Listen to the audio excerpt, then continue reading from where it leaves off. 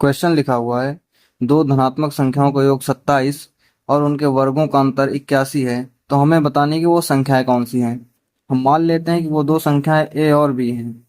तो पहली कंडीशन लिखी हुई है कि उनका योग 27 है, तो ये हो जाएगा ए प्लस बी इक्वल टू 27। दूसरा लिखा हुआ है कि उनके वर्गों का अंतर 81 है, यानी कि ए स्क्वायर माइनस का बी स्क्वायर इक्वल टू 81। हम A square minus B square को लिख सकते हैं A plus B into A minus B equal to 81। अब ए प्लस बी की वैल्यू ये हमें दी हुई है, यहाँ पे हम रख देंगे 27 into A minus B equal to 81।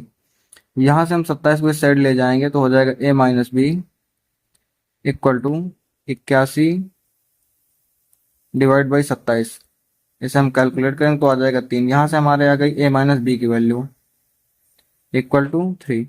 A plus B equal to 27 है, A minus B equal to 3 है। यहाँ पे हम लिख लेंगे A plus B equal to 27।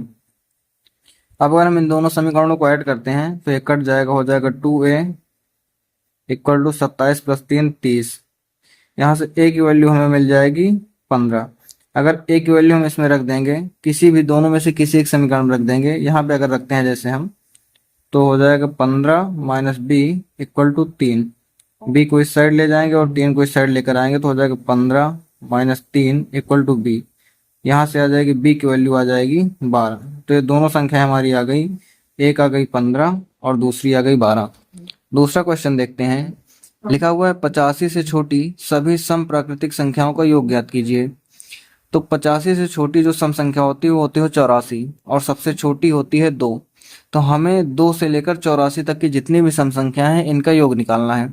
तो सबसे पहले हम निकाल लेते हैं कि 2 से 84 तक टोटल कितनी सम संख्याएं हैं। इसके लिए ये हो जाएगा ए और ये हो जाएगा हमारा एल, और इसके बीच में जो डी आएगा, डी होगा किसी भी दो डिजिट जो आसपास है उनके बीच का गैप। तो 4 से अगर हम 2 को माइनस करते हैं तो 2 आ जाएगा। तो फार्मूला होता है L equal to A plus N minus 1 into D. यहाँ पे एल की वैल्यू हम रख देंगे 84, ए की वैल्यू रख देंगे 2 plus N minus 1 into D की वैल्यू भी रख देंगे हम 2। ये इधर जाएगा तो 84 में से 2 माइनस हो जाएगा, बचेगा 82 equal to N minus 1 into 2। 2 को इधर लाएंगे तो हो जाएगा 41 डिवाइड हो जाएगा एन माइनस 1। यहाँ से हो जाएगा एन माइनस 1 इक्वल टू 41, तो एन इक्वल टू 41 प्लस 1 यानी कि 42। तो टोटल हमारे पास 42 डिजिट आ गए। अब जो सम संख्याएं होती हैं उनका योग का फार्मूला होता है, अगर n टोटल सम संख्याएं हैं, n सम संख्या है तो उनका जो योग होता है, सम जो होता है वो होता है n इंटू एन प्लस 1। यहाँ पे हम l की वैल्यू रख देंगे 42, 42 इंटू 43। इसे हम मल्टीप्लाई कर देंगे।